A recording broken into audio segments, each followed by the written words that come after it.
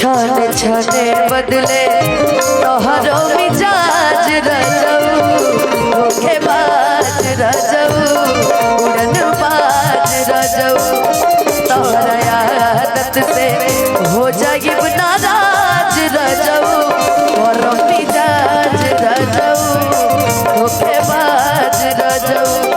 और हमारे सलभ भैया के हित देके गई ने पैसा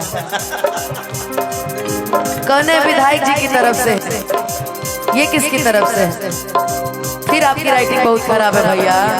हम बोल देते नहीं तो। जनार्दन कुशवाहा भैया ग्राम प्रधान प्रतिनिधि सिरवनिया कंचनपुर भैया, लेकिन प्लीज एडमिशन कराइए आप, राइटिंग बहुत खराब है आपकी, तब भी ठीक ठीक। घर भर के जिम्मा सैया हमारे कपार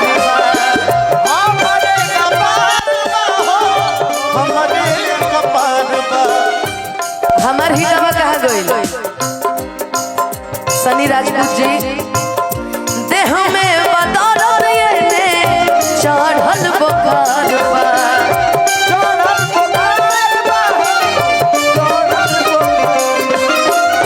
घर भर के जिम्मा सैया हमारे कपार देह में बदौर चढ़ल बुखार बात बुझी नाता बात बुझी नाता बात बुझी नाता हो जाएगी नाराज रजऊ धोखेबाज रजऊ उड़नबाज रजऊ छाने छाने बदले तोहरो मिजाज रजऊ धोखेबाज रजऊ उड़नबाज रजऊ।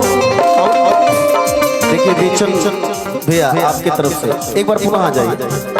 अच्छा बीचन मणि जी आपकी तरफ से 1000 रुपए का आशीर्वाद, बहुत बहुत धन्यवाद। आइए सासू जी से लहरा लाता हो तो रोज काटवा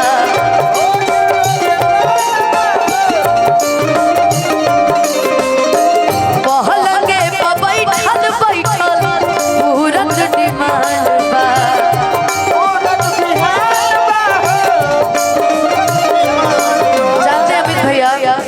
एक पुरुष के चेहरे की खुशी बताती है कि उसकी बीवी उसको बहुत मानती है।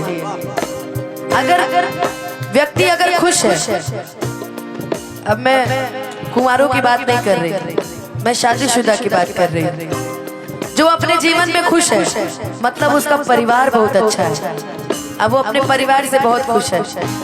वरना कुंवारों को देखिए, कुछ तो मुंह बाए खड़े हैं, कुछ मोबाइल चला रहे हैं, फरमाइशी कैमरा चला रहा है, अब जीवन में बचा ही क्या। लेकिन सलभ भैया के लिए बोलूंगी, पीला कुर्ता वाले भैया हटाना भैया हटाना भैया हटाना।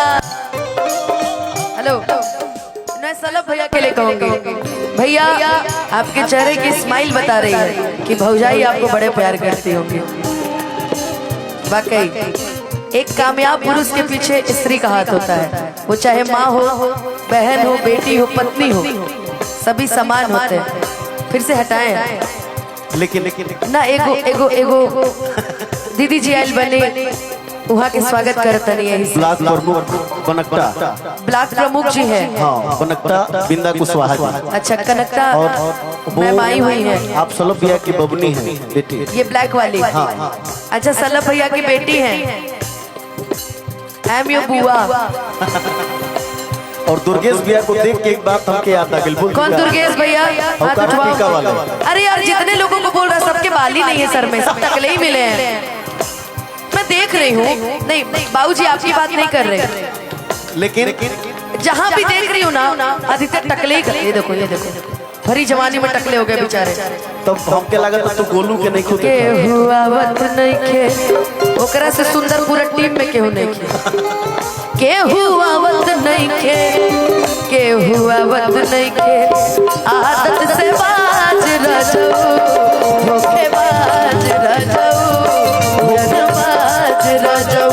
लेकिन यही में हाई बाल वालन की स्थिति देख के भैया एगो लाइन हमारा याद आ गइल बा, रहनी रहनी भैया के घर गई, हेलो, रहनी भैया के घर गई, आये गो टकलवा से प्यार हो गई।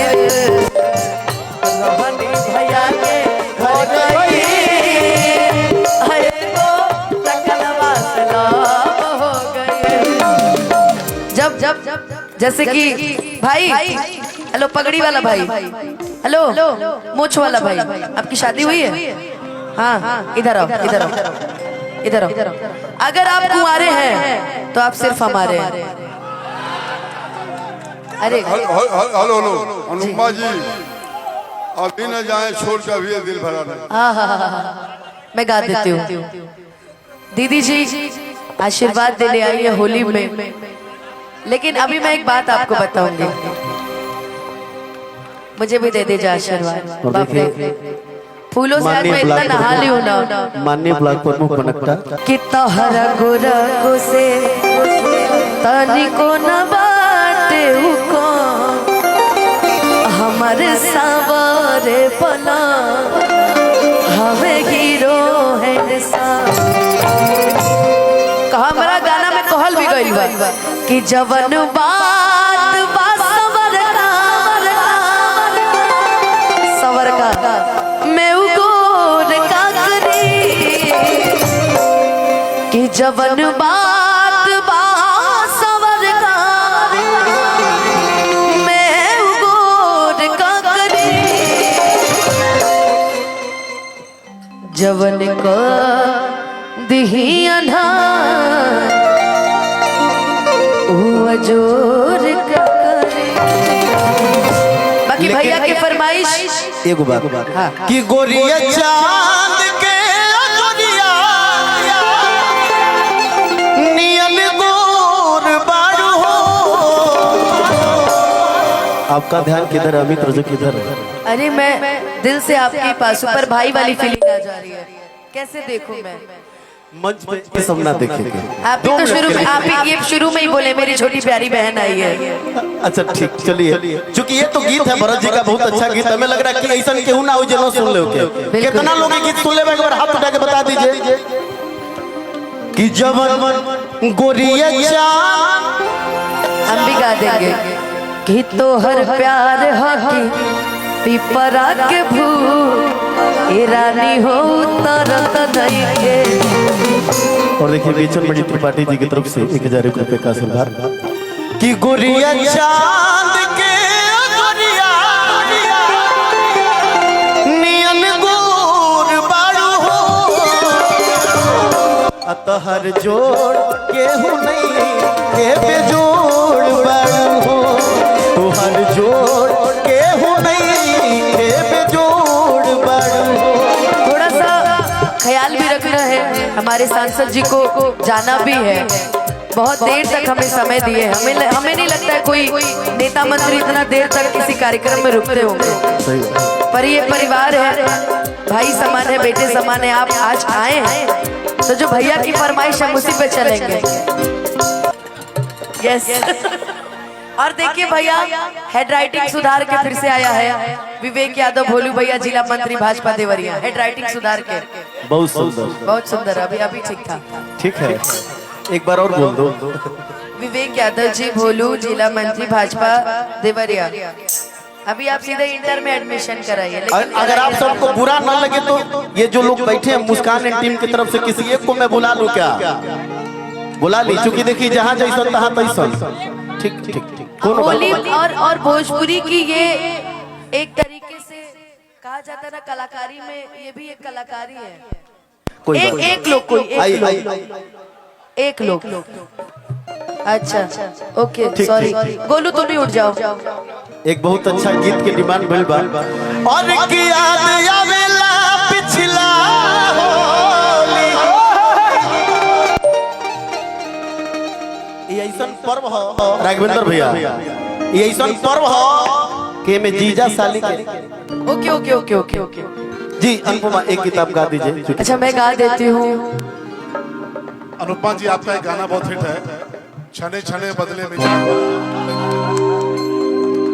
बाप रे बाप, मैं तो कहती भी हूँ कभी इश्क करना हो तो साहब सांवले रंग से करना, कि कभी इश्क करना हो तो सांवले रंग से करना, क्योंकि ये गोरे आजादी से पहले भी बेवफा थे, आजादी के बाद भी बेवफा।